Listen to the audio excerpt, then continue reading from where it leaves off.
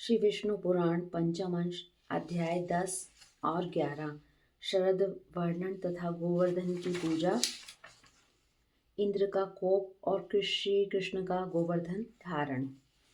श्री पराशर जी बोले, इस प्रकार उन राम और कृष्ण के ब्रज में विहार करते करते वर्षा काल बीत गया और प्रफुल्लित कमलों से युक्त शरद ऋतु आ गई। जैसे गृहस्थ पुरुष पुत्र और क्षेम आदि में लगी हुई ममता से संताप पाते हैं, उसी प्रकार मछलियां गड्ढों के जल में अत्यंत ताप पाने लगी।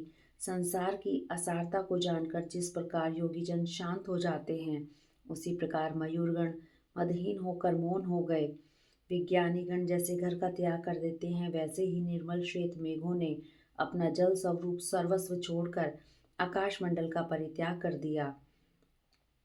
विविध पदार्थों में ममता करने से जैसे देहीधारियों के हृदय सारहीन हो जाते हैं, वैसे ही शरदकालीन सूर्य के ताप से सरोवर सूख गए।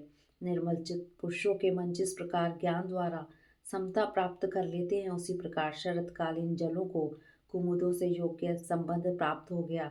जिस प्रकार साधु कुल में चरम देहधारी योगी सुशोभित होता है, उसी प्रकार तारका मंडल मंडित निर्मल आकाश में पूर्ण चंद्र विराजमान हुआ। जिस प्रकार क्षेत्र और पुत्र आदि में बढ़ी हुई ममता को विवेकी जन शनै शनै त्याग देते हैं, वैसे ही जलाशयों का जल धीरे धीरे अपने तट को छोड़ने लगा। जिस प्रकार विघ्नों से विचलित हुए कुयोगियों का कैलाशों से पुनः संयोग हो जाता है, उसी प्रकार पहले छोड़े सरोवर के जल से हंस का पुनः संयोग हो गया। क्रमशः महायोग प्राप्त कर लेने पर जैसे यदि निश्चल आत्मा हो जाता है, वैसे ही जल के स्थिर हो जाने से समुद्र निश्चल हो गया। जिस प्रकार सर्वगत भगवान विष्णु को जान लेने पर मेधावी पुरुषों के चित्त शांत हो जाते हैं, वैसे ही समस्त जलाशयों का जल स्वच्छ हो गया। योग आदि द्वारा क्लेश समूह के नष्ट हो जाने पर जैसे योगियों के चित्त स्वच्छ हो जाते हैं, उसी प्रकार शीत के कारण मेघों के लीन हो जाने से आकाश निर्मल हो गया। जिस प्रकार अहंकार जनित महान दुख को विवेक शांत कर देता है, उसी प्रकार सूर्य किरणों से उत्पन्न हुए ताप को चंद्रमा ने शांत कर दिया। प्रतिहार जैसे इंद्रियों को उनके विषयों से खींच लेता है, वैसे ही शरद काल ने आकाश से मेघों को, पृथ्वी से धूल को और जल से मल को दूर कर दिया। मानो तालाबों के जल पूरक कर चुकने पर अब रात दिन कुंभक एवं रेचक क्रिया द्वारा प्राणायाम का अभ्यास कर रहे हैं। इस प्रकार ब्रजमंडल में निर्मल आकाश और नक्षत्र में शरद काल के आने पर श्री कृष्णचंद्र ने समस्त ब्रजवासियों को इंद्र का उत्सव मनाने के लिए तैयारी करते देखा। महामती कृष्ण ने उन गोपों को उत्सव की उमंग से अत्यंत उत्साहपूर्ण देखकर कुतूहलवश अपने बड़े बूढ़ों से पूछा, आप लोग जिसके लिए फूले नहीं समाते वह इंद्र यज्ञ क्या है? इस प्रकार अत्यंत आदर पूर्वक पूछने पर उनसे गोप ने कहा, नंद को बोले, मेघ और जल का स्वामी देवराज इंद्र है, उसकी प्रेरणा से ही मेघगण जल रूप रस की वर्षा करते हैं। हम और अन्य समस्त देहधारी उस वर्षा से उत्पन्न हुए अन्न को ही बरतते हैं तथा उसी को उपयोग में लाते हुए देवताओं को भी तृप्त करते हैं। उस वर्षा से बढ़े हुए अन्न से ही तृप्त होकर ये गोएं तुष्ट और पुष्ट होकर वत्सवती एवं दूध देने वाली होती हैं। जिस भूमि पर बरसने वाले मेघ दिखलाई देते हैं, उस पर कभी अन्न और तृण का अभाव नहीं होता और ना कभी वहाँ के लोग भूखे रहते ही देखे जाते हैं। यह पर्जन्य देव इंद्र पृथ्वी के जल को सूर्य किरणों द्वारा खींचकर संपूर्ण प्राणियों की वृद्धि के लिए उसे मेघों द्वारा पृथ्वी पर बरसा देते हैं। इसलिए वर्षा ऋतु में समस्त राजा लोग, हम और अन्य मनुष्यगण देवराज इंद्र की यज्ञों द्वारा प्रसन्नता पूर्वक पूजा किया करते हैं। श्री पराशर जी बोले, इंद्र की पूजा के विषय में नंद जी के ऐसे वचन सुनकर श्री दामोदर देवराज को कुपित करने के लिए ही इस प्रकार कहने लगे, हे तात, हम न तो कृषक हैं न व्यापारी, हमारे देवता तो गोए ही हैं, क्योंकि हम लोग वंचर हैं। आनविक्षिकी तर्कशास्त्र, त्रयी, कर्मकांड, दंड नीति और वार्ता, ये 4 विद्याएं, इनमें से केवल वार्ता का विवरण सुनो। हे महाभाग, वार्ता नाम की विद्या कृषि, वाणिज्य और पशुपालन, इन 3 वृत्तियों की आश्रयभूता है। वार्ता के इन तीनों भेदों में कृषि किसानों की, वाणिज्य व्यापारियों की और गोपालन हम लोगों की उत्तम वृत्ति है। जो व्यक्ति जिस विद्या से युक्त है उसकी वही इष्ट देवता है, वही पूजा अर्चना की योग्य है और वही परम उपकारिणी है।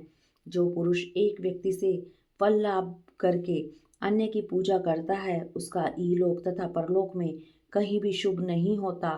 खेतों के अंत में सीमा है तथा सीमा के अंत में वन है और वनों के अंत में समस्त पर्वत हैं।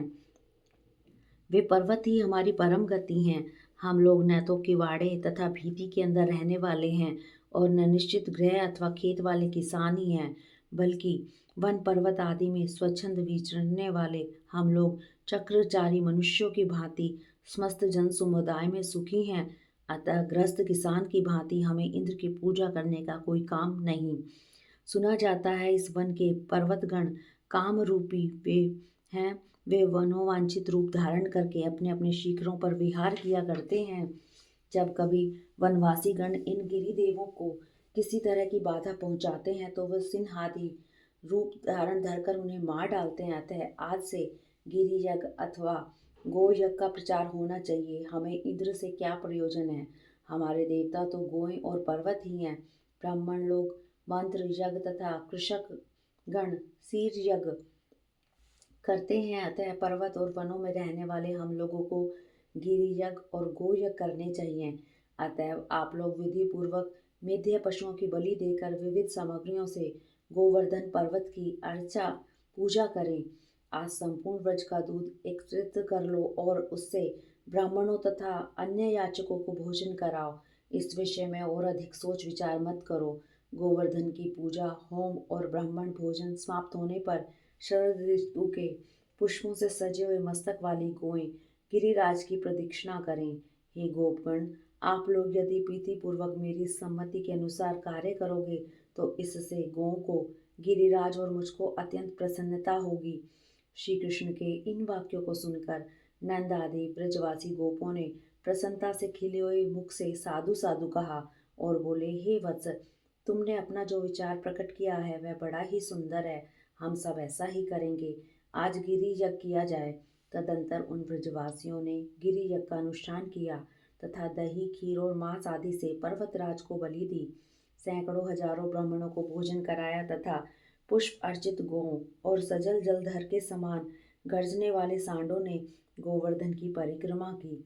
हे द्विज, उस समय कृष्णचंद्र ने पर्वत के शिखर पर अन्य रूप से प्रकट होकर यह दिखलाते हुए कि मैं मूर्तिमान गिरिराज हूँ, उन गोप श्रेष्ठों के चढ़ाए हुए विविध व्यंजनों को ग्रहण किया। कृष्णचंद्र ने अपने निज रूप से गोपों के साथ पर्वतराज के शिखर पर चढ़कर अपने ही दूसरे स्वरूप का पूजन किया। तदंतर उनके अंतर्ध्यान होने पर गोपगण अपने अभीष्ट वर पाकर गिरि यज्ञ समाप्त करके फिर अपने अपने गोष्ठों को चले गए। इति श्री विष्णु पुराणे पंचमंशे दशम अध्याय। 11वां अध्याय, इंद्र का कोप और श्री कृष्ण का गोवर्धन धारण। श्री पराशर जी बोले, हे मित्रे, अपने यज्ञ के रुक जाने से इंद्र ने अत्यंत रोषपूर्वक संवर्तक नामक मेघों के दल से इस प्रकार कहा, अरे मेघों, मेरी यह बात सुनो और मैं जो कुछ कहूँ मेरी आज्ञा सुनते ही बिना कुछ सोचे तुरंत पूरा करो।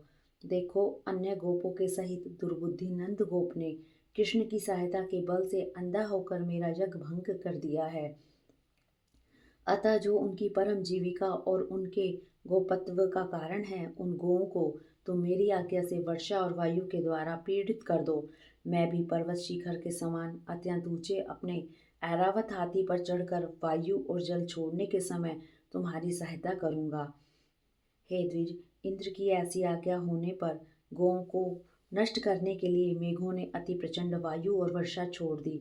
उस समय एक क्षण में ही मेघों की छोड़ी हुई महान जलधाराओं से पृथ्वी, दिशाएं और आकाश एक रूप हो गए।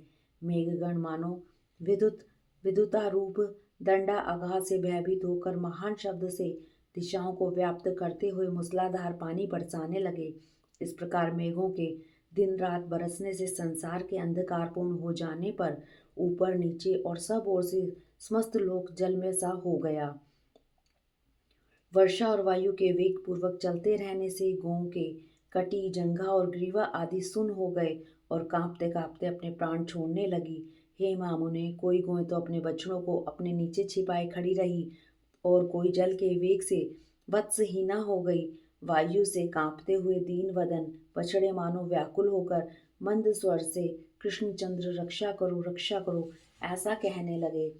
उस समय गोपी और गोपगण के सहित संपूर्ण गोकुल को अत्यंत व्याकुल देखकर श्री हरि ने विचारा, यंग भंग के कारण विरोध मानकर यह सब करतूत इंद्र ही कर रहा है, अतः अब मुझे संपूर्ण ब्रज की रक्षा करनी चाहिए।